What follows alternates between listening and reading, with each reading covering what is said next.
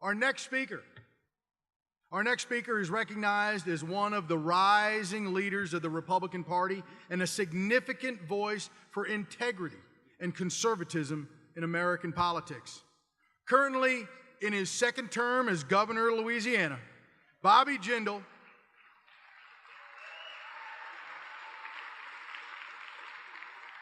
Bobby Jindal's administration has enacted comprehensive reforms within state government to make government smaller and more efficient, all without raising taxes.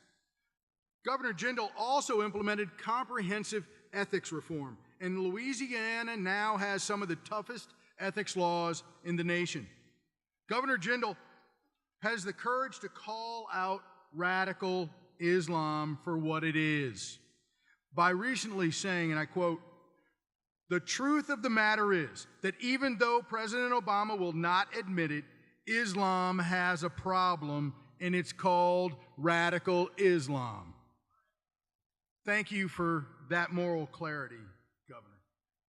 Bobby Jindal has also been on the front lines of fighting Common Core and has long been a champion for school choice.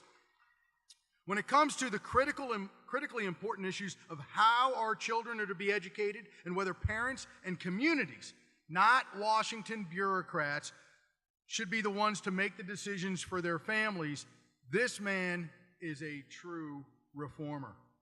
Governor Jindal has an impressive resume, to say the least. He received his bachelor's in biology and public policy at Brown University and then a master's in political science from Oxford as a Rhodes Scholar. He served as the secretary of the Louisiana Department of Health and Hospitals and was later appointed by the president of the University of Louisiana education system. In 2004, Governor Jindal was elected to Congress, representing the 5th District of Louisiana, and was reelected in 2006. First elected governor in 2007, under Jindal's administration in Baton Rouge, economic development has resulted in more than 91,000 jobs and more than $62 billion in private capital investment, further driving Louisiana's economic success story. Today in Louisiana, more than 2 million people are working. That's the highest number in Louisiana history. Governor Jindal is also credited with orchestrating the largest evacuation of citizens in United States history, successfully moving nearly 2 million civilians out of the path of Hurricane Gustav in 2008. As a devout Catholic, he cherishes the right to life and the institution of marriage as God designed it. And under pressure, Governor Bobby Jindal stands firm in his beliefs and for what is right. Ladies and gentlemen, please join me in welcoming the Governor of Louisiana, Bobby Jindal.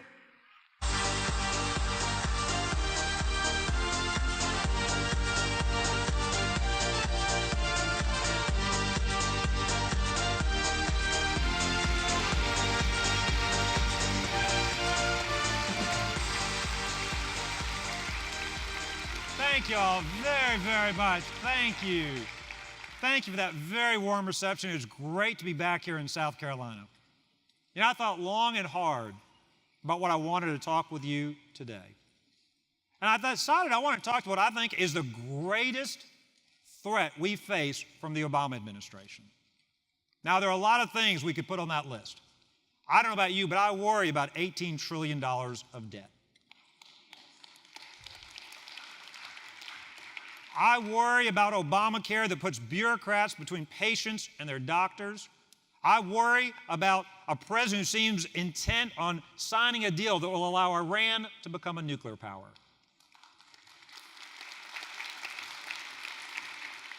I worry about a president that's trying to force Common Core into our classrooms. I worry about a president. I worry about a president who day by day seeks new ways to change our country. But the greatest threat I think we face from the Obama administration, because a lot of what I've just listed can be undone by a conservative in the White House. We can lower tax rates, we can draw back the EPA, we can get rid of the regulations strangling our economy. We can stand with Israel proudly again as she fights off Hamas, Hezbollah, and other terrorist groups. But the greatest danger posed by this president is what he is doing to redefine the idea of America, the idea of the American dream. Now, what do I mean by that? If you listen to his policies, if you listen to his speeches, you see what he is trying to do. He is trying to redefine the American dream. He's trying to redefine it into one about dependence, about government growth, about government spending. The longer you listen to this president, the more you hear him trying to divide us by race, by gender, by geography against each other. He wants to make us sound and look more and more like Europe. I don't know about you, but that is not the American dream my parents taught me. When I hear this president, when I see his policies, he's trying to turn the American dream into the European nightmare. And I want to tell you why the American dream is so important to me, and then I want to talk to you about an external and an internal threat to that American dream. The reason this is so important to me, my parents, they have lived the American dream. Now, what do I mean by that? My daddy is one of 9. Grew up in a house without running water, without electricity. Was the first and only one in the family to get past the 5th grade. Now, I know because we heard these stories every single day growing up. I'm sure you've got a dad like that. Good luck trying to get an allowance out of a dad like that. But here's the amazing thing. My parents over 40 years ago got on a plane, traveled halfway across the world to come to Baton Rouge, Louisiana. And I want you to think about something. The first time they ever got on a plane, they were coming to America. And I try to explain to my children, they don't understand this. There was no internet, there was no Google, there was no online back then. They couldn't search and see what people were like in Baton Rouge. They didn't even know anybody who had visited Baton Rouge who could come back and tell them what the food, what the people, what the culture, what the temperature was like. But this is what they knew. Even though they had never visited, they'd never met anybody who'd come to Baton Rouge, they got on that plane. My mom was pregnant with me, and they left behind their parents, their families, and their friends. What they knew, they were coming to an idea as much as they were coming to a place. They were coming to the idea of freedom and opportunity. They were coming to the American dream. So they land in Baton Rouge. My mom goes to LSU. My dad needs a job. Yeah, thank you. I realize there may be some Clemson and some other fans in the audience. And University of South Carolina, I don't want to play favorites. Well, let's just stick to LSU. So my mom goes to school at LSU. My dad, he needs a job. They're in student housing. They're running out of money. Doesn't know anybody, so he opens the Yellow Pages. And I love this story. He starts calling company after company after company looking for a job. Now, I don't know how many days or weeks it takes. I don't know how many people hung up on him. I don't know how many people laughed in his face. But finally, he convinces a guy from a railroad company to hire him sight unseen. And I love what my dad tells his new boss. Hasn't even met the guy yet, hasn't even started work. The guy says, you can start Monday morning. My dad says, that's great. Tells his new boss, he goes, now look, I don't have a car. I don't have a driver's license. You're going to have to pick me up on the way to work Monday morning. Who tells their new boss that? It's like the top 10 things not to do in a job interview. The guy was so taken by his enthusiasm, he did exactly that. 6 months later, I was born at Women's Hospital. Now, I was what you would politely call a pre-existing condition when I was born. There was no Obamacare or anything. It's just my parents' insurance didn't cover me. Women's Hospital is a great hospital. We've got 3 children. 2 of our children were born at that same hospital. Now, that third child, that was the child that was born at home. Now, I didn't come here to tell you that story, but since tomorrow's Mother's Day, I'll just tell you 2 very quick things.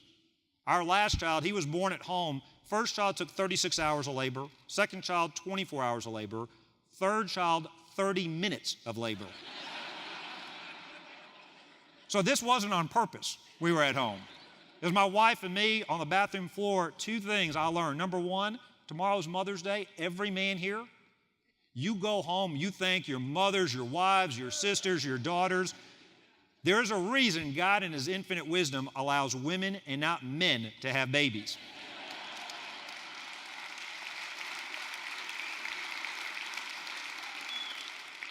Dumbest thing I ever heard was the next week we were in church, guy comes up to me and says, Bobby, the exact same thing happened to me. I said, what do you mean? He said, well, I had me a kidney stone. It's exactly the same thing. I said, well, unless it was a 9-pound kidney stone, it was not the same thing. Second lesson I learned, been married to my wife, this will be our 18th year of marriage. I've lied to her exactly once. And it was that morning. Our baby was coming out, and you know, on the movies, that come out, they're beautiful and they're pink. There's a reason in the hospitals, the nurse takes that baby pretty quickly away from you. That's not how it happens in real life. So my wife's asked me, she can't see, she's like, how does he look? How does he look?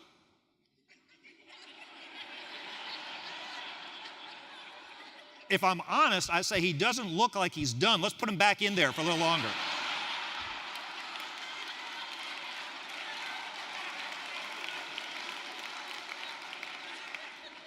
What I'm really, really thinking at that moment is he looks like your side of the family. Doesn't look like any of my relatives. I like being married, so I told my beautiful bride, I said, he looks beautiful. 10 fingers, 10 toes, that's all that counts. But I'll tell you, the moment I gave my baby son, it was our third child, to my wife to hold for the first time, I fell in love with her all over again. She didn't worry about the pain or her discomfort. It was just mom and child. And you just knew that you were witnessing a miracle. Well, going back to Women's Hospital, when I was born, when my dad was there with the doctor, he went to the doctor, and here's the amazing thing. Our other 2 kids were born at the hospital. It took us hours to fill out the paperwork, and we had good insurance. My parents' insurance didn't cover me, so my dad went to the doctor. No contracts, no government programs, no paperwork. My dad went to the doctor and said, I'm going to send you a check every month until I pay this bill in full. And then 2 men stood there and they shook hands, and that was it.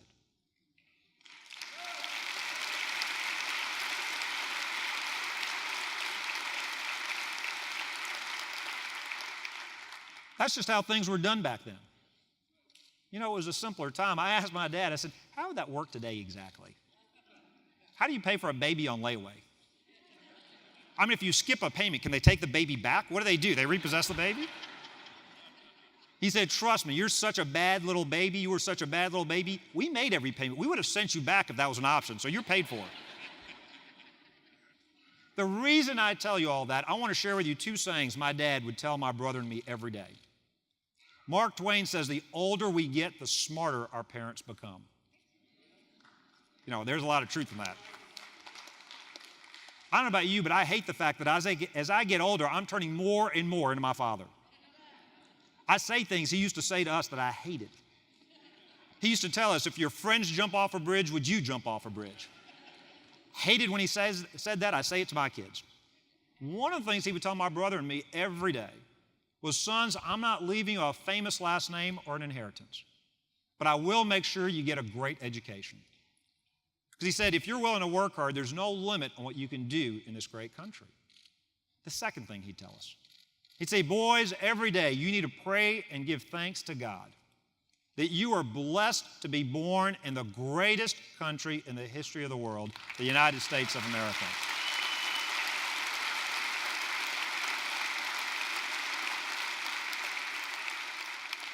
Now, I'll be honest with you, I didn't really appreciate that. As a child, everybody I knew was born in America.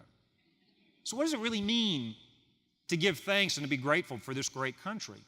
Well, now I think I understand better as I'm trying to teach my own children, but I want to describe to you 2 threats. 2 threats that threaten the ability of our children to say that same prayer every night as they go to bed, and one day, our grandchildren. The first is an external threat, the second is an internal threat, the external threat.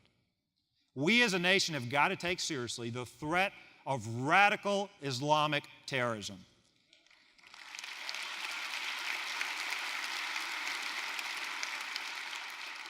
For some reason, we've got a president who doesn't even like to use those words to describe the enemy that we face.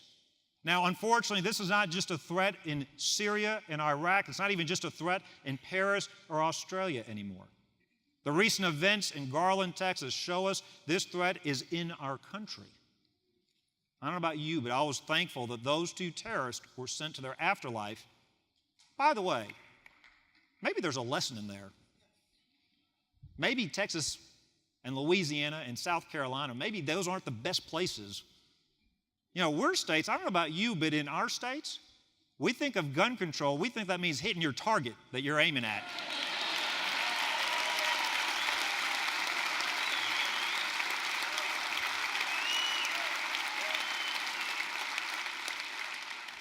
Back in January, I gave a speech in London that the left just got hysterical about, got upset about.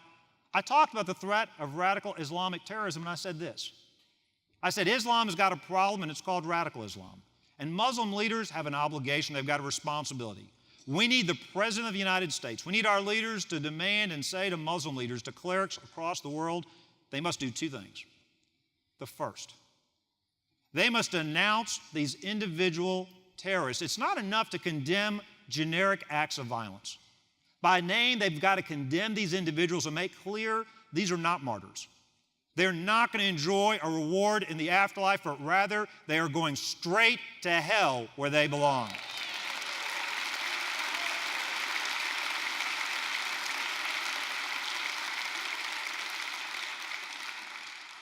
And the second thing I've said more recently is Muslim leaders must also do this.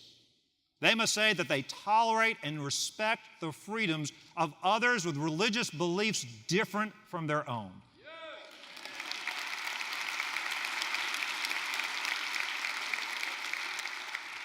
I will warn you, when you say things like that, the left will call you racist, they will call you anti-Muslim. It is not racist, it is not anti-Muslim to simply demand that these leaders condemn these terrorists, these thugs, these evil, evil individuals.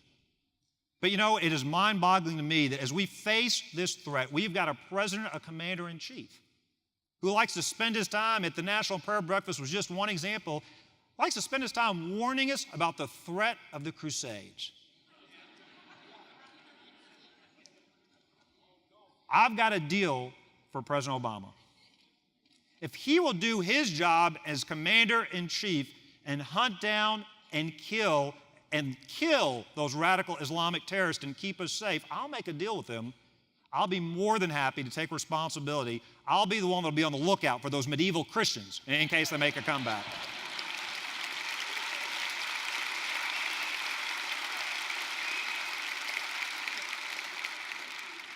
The second threat we face to this American dream is an internal threat. It's not an external threat. And this second threat is an assault on our liberties here at home, and perhaps the most important and the most recent is the assault on religious liberty we see taking place across this entire country.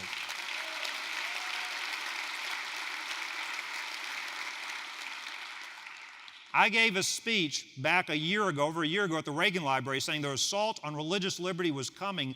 It's no longer coming, it is here. And you saw this, first of all, you saw this in the Obama administration's assault on the Green family. Remember the Hobby Lobby case? They were trying to threaten them with millions of dollars of fines because they didn't want to violate their own sincerely held religious beliefs. They didn't want to spend their money buying abortifacients, paying for abortions for their employees. How many of you are happy the Supreme Court ruled in favor of the Green family and not the Obama administration?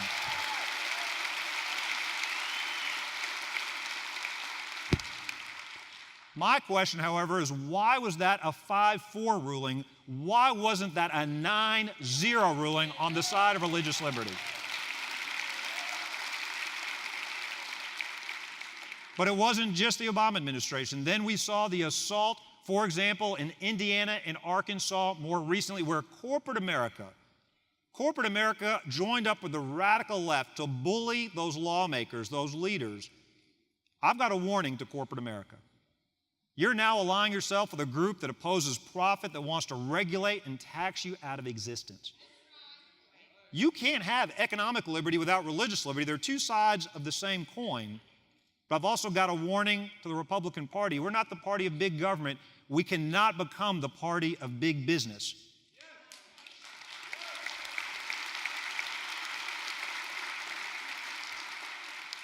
But I'll also say this to these corporations that have already told me in Louisiana they don't want us to pass our own bill protecting the rights of individuals and businesses who support the traditional view of marriage.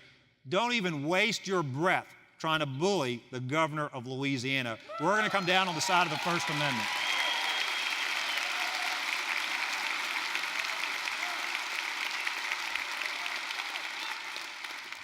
The third example you may have remembered where Phil Robertson of Duck Dynasty fame said some things the left didn't like. All of a sudden, they wanted to cancel his TV show on A&E.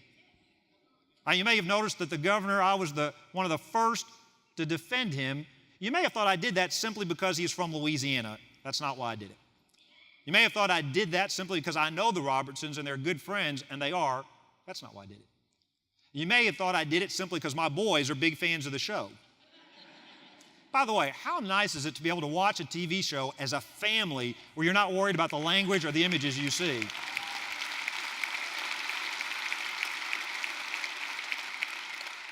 No, the reason I defended Phil's right to speak and the right he has to hold his beliefs is I am sick and tired of the left.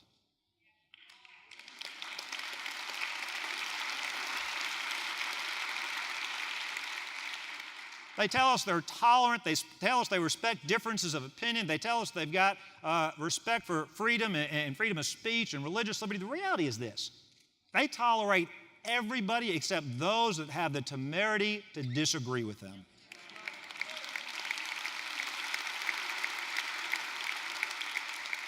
Enough is enough. Somewhere we've got to draw the line. And the fourth example, you may have seen just in the last several days, last couple of weeks, Secretary Clinton in New York said this. She said, those of us that are pro-life need to have our religious beliefs changed. What does that even mean? Are we going to be sent to re-education camps? What does that mean? Religious beliefs, we need to have our beliefs changed? I've got news for Secretary Clinton. My religious beliefs are not between me and Hillary Clinton.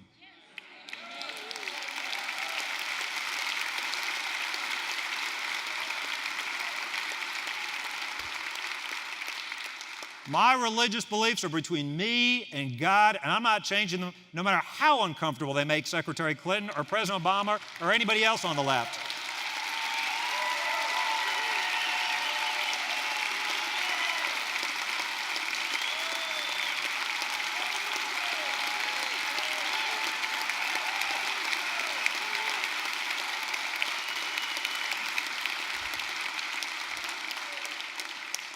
There was a time when the left really believed in the First Amendment.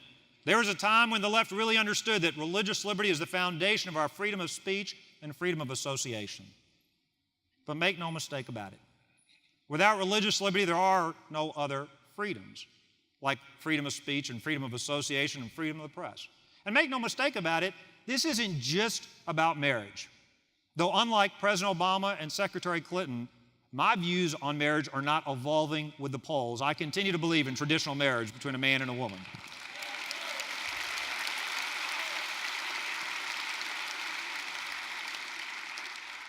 This debate is much, much bigger than that. It is bigger than marriage. This is about the power of the state to try to close or fine Christian business owners. This is about the left trying to silence us and telling us we don't have a right to live our lives according to our sincerely held beliefs. When Secretary Clinton, when President Obama say you've got the freedom of religious expression, to them, that just means you get to go to church and say what you want inside church. That's not religious liberty. Religious liberty is the ability to live our lives according to our faith 24 hours a day, 7 days a week.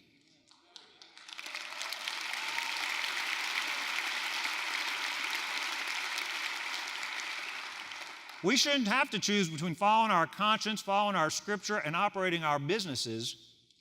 And I'll tell you this. And I'll say it slowly, and I'll say it plainly and clearly, so even the left in Hollywood, in the media, in the government can understand what I'm about to say. The United States of America did not create religious liberty. Religious liberty created the United States of America and is the reason we're here today.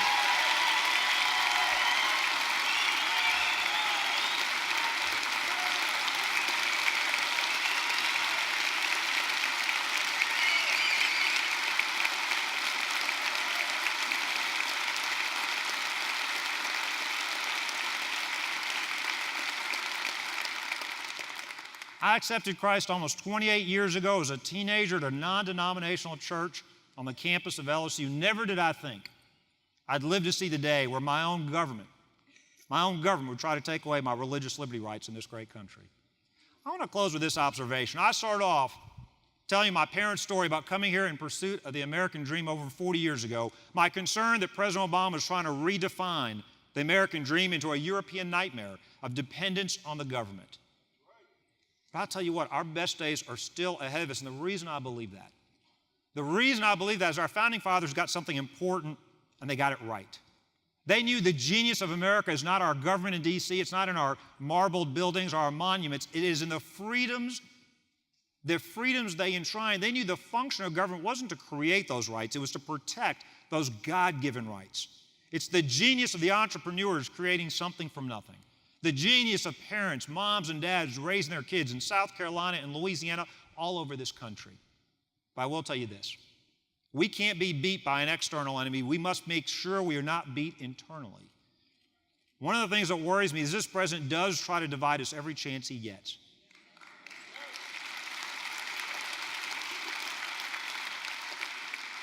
One of the things we must be on guard against, we must finally stop calling ourselves. We are not African Americans. We are not Asian Americans. We are not Indian Americans.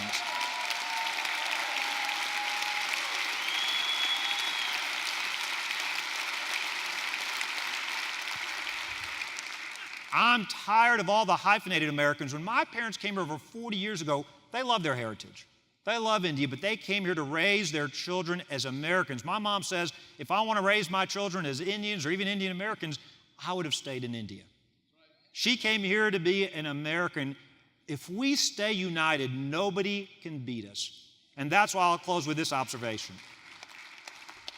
It is not optional that we win in 2016, not just because we need a Republican in the White House. We need a conservative who will make big changes. We must win this election. We can win this election. We will beat Hillary Clinton and win this election. God bless y'all. God bless South Carolina. God bless Louisiana. God bless the United States of America.